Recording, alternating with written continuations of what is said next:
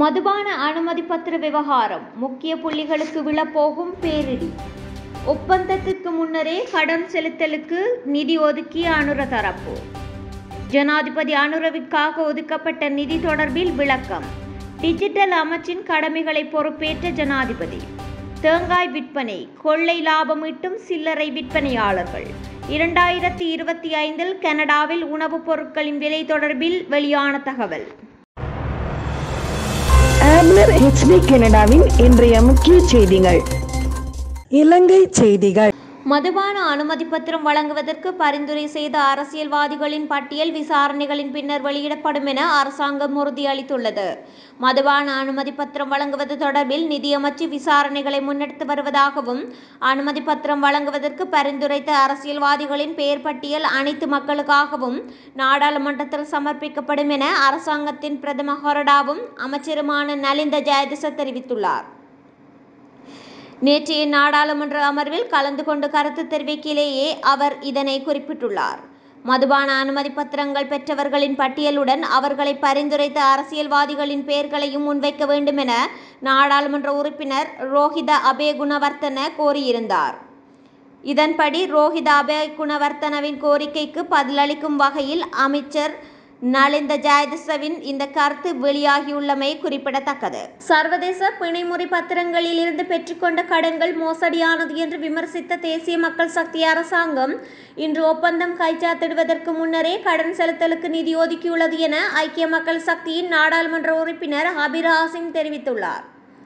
நாடாளுமன்றத்தில் நேற்று நடைபெற்ற அரசாங்கத்தின் இடைக்கால வரவு செலவு திட்டம் மீதான விவாதத்தில் உரையாற்றுகையில் மேற்கண்டவாறு குறிப்பிட்டார்.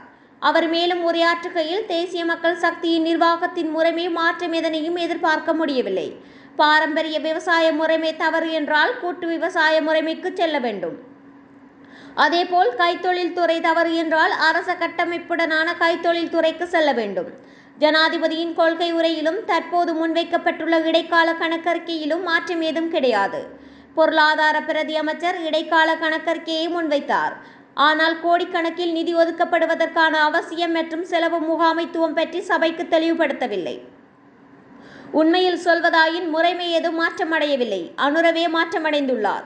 சர்வதேச நாணய நிதியத்தின் செயற்திட்டத்தில் இருந்து விலகுவதாக குறிப்பிட்டவர்கள் இன்று செயற்திட்டத்தின் உள்ளடக்கத்தை ஆராயாமலே செயற்திட்டங்களை நடைமுறைப்படுத்துவதாக குறிப்பிடுகின்றார்கள் என்றார். ஜனாதிபதி அனுரகுமார திசாநாயக்க டிஜிட்டல் பொருளாதார அமைச்சு பதவியின் கடமைகளை நேற்றைய தினம் பொறுப்பேற்றுக் கொண்டுள்ளார். நாட்டை டிஜிட்டல் மயப்படுத்தும் முயற்சிக்கு அனைத்து தரப்பினரதும் ஒத்துழைப்பு வழங்கப்பட வேண்டும் என கோரியுள்ளார். இந்த விடயத்துக்காக தாம் எந்த ஒரு சந்தர்ப்பத்திலும் முன்னிலையாக தயார் என அவர் குறிப்பிட்டுள்ளார். வறுமை ஒழிப்பு, சமூக எண்ணக்கருக்களை மாற்றுதல் மற்றும் டிஜிட்டல் மயப்படுத்துதல் ஆகியன குறித்து அரசாங்கம் கூடுதல் கவனம் செலுத்தி வருவதாக தெரிவித்துள்ளார். கட்டடங்களை நிர்மாணிப்பது மட்டும் நாட்டின் வளர்ச்சியாகிவிடாது என அவர் சுட்டிக்காட்டியுள்ளார்.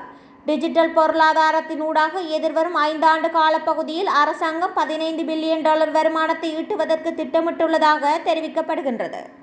ஜனாதிபதி அனுரகுமார திசாநாயக்கவுக்கு ஒதுக்கீடு செய்யப்படும் நிதி தொடர்பில் தேசிய மக்கள் சக்தி அரசாங்கம் விளக்கம் அளித்துள்ளது. அரசாங்கம் இடைக்கால அடிப்படையில் குறை நிரப்பு பிரேரணை மூலம் செலவுகளை ஈடு செய்ய தீர்மானித்துள்ளது. இதன்படி ஜனாதிபதி அனுரவிற்காக ஒதுக்கீடு செய்யப்படும் நிதி தொடர்பில் விமர்சனங்கள் வெளியிடப்பட்டுள்ளன. குறிப்பாக முன்னாள் ஜனாதிபதி ரணில் விக்ரமசிங்கவிற்கு ஒதுக்கப்பட்ட அதே அளவு தொகை ஒதுக்கீடு செய்யப்படுவதாக விமர்சனம் முன்வைக்கப்பட்டுள்ளது. எனினும் தற்போதைய ஜனாதிபதி அனுர ஒதுக்கீடு செய்யப்பட்ட எல்லா தொகையையும் செலவிட மாட்டார் என அமைச்சர் சுனில் ஹந்துனெத்தி தெரிவித்துள்ளார். வரவு செலவு திட்டம் சமர்ப்பிக்கப்படும் வரையில் சில துறைகளுக்காக குறை நிரப்பு பிரேரணை மூலம் நிதி ஒதுக்கீடு செய்யப்படுவதாக தெரிவித்துள்ளார். ஒதுக்கீடு செய்யப்படும் அனைத்து நிதியும் செலவிடப்படும் என கருத வேண்டியதில்லை என அவர் சுட்டிக்காட்டியுள்ளார். ஜனாதிபதி அனுரவிற்கு ஒதுக்கீடு செய்யப்பட்ட தொகை திரைசேரியில் எஞ்சியிருப்பதாக தெரிவித்துள்ளார். இலங்கையில் ஏற்பட்டுள்ள தேங்காய் தட்டுப்பாட்டை தமக்கு சாதகமாக பயன்படுத்தி மொத்த விற்பனையாளர்களை விடவும் சில்லறை விற்பனையாளர்கள் அதிக லாபம் உழைப்பதாக தகவல்கள் தெரிவிக்கின்றன. தேங்காய்களை மொத்தமாக விற்பனை செய்வதற்காக நாட்டின் பல்வேறு பகுதிகளில் இருந்து நேற்றைய தினம் ஹேட்டன் நகருக்கு மொத்த வியாபாரிகள் குழு ஒன்று வந்துள்ளது.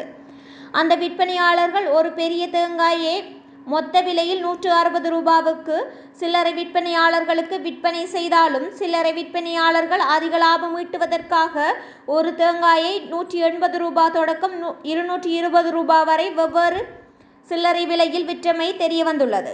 மொத்த வியாபாரிகளிடம் கொள்முதல் செய்யும் தேங்காய்களில் சில கெட்டு போவதாகவும் நஷ்டத்தை ஈடுகட்ட தேங்காய் ஒன்றுக்கு 30 ரூபாய் தொடக்கம் 40 ரூபாய் லாபம் ஈட்டுவதாகவும் சில்லறை வியாபாரிகள் தெரிவித்துள்ளனர்.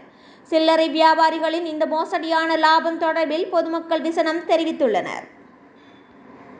கனடாவில் உணவுப் பொருட்களின் விலை அடுத்த ஆண்டு 3 முதல் 5% வரை உயரும் என அந்நாட்டு ஊடகங்கள் செய்தி வெளியிட்டுள்ளன. ஆனால் காலநிலை மாற்றம் மற்றும் டொனால்ட் ட்ரம்பின் காரணமாக இந்த நிலை மேலும் அதிகரிக்க வாய்ப்புள்ளதாகவும் எச்சரிக்கை விடுக்கப்பட்டுள்ளது. வியாழக்கிழமை அன்று 15வது ஆண்டு உணவு விலை அறிக்கையின் முடிவு வெளியிடப்பட்டுள்ளது. அதில் புதுமையான முறையில் ஆய்வாளர்கள் தங்கள் கணிப்புகளை பதிவு செய்துள்ளனர். இதன் அடிப்படையில் 4 பேர் கொண்ட கனேடிய குடும்பம் ஒன்றுக்கு 2025 உணவுக்காக $16,833.67 செலவழிக்க நேரிடலாம் என எதிர்பார்க்கப்படுகின்றது. இது கடந்த ஆண்டுடன் ஒப்பிடுகையில் $801 அதிகமாகும். அத்தோடு பரவலான பணவீக்கம் காரணமாக கனேடியர்கள் ஆண்டுக்கு ஆண்டு இரட்டை இலக்க உணவு விலை உயர்வால் பாதிக்கப்பட்டுள்ளனர். கொரோனா பெருந்தொற்று நாட்களில் தொடங்கி உணவு பண்டங்களின் விலையும் அதிகரித்த நிலையிலேயே காணப்படுகின்றது. இறைச்சி விலைகள் 2025 4 முதல் 6% வரை உயரலாம். அத்தோடு மேற்கில் பல ஆண்டுகளாக ஏற்பட்ட வறட்சியின் விளைவாக கால்நடை உற்பத்தியாளர்கள் தங்கள் மந்தைகளின் எண்ணிக்கையை குறைக்க மாட்டு இறைச்சியின் விலையும் வரலாறு காணாத உயர்வை எட்டியுள்ளது.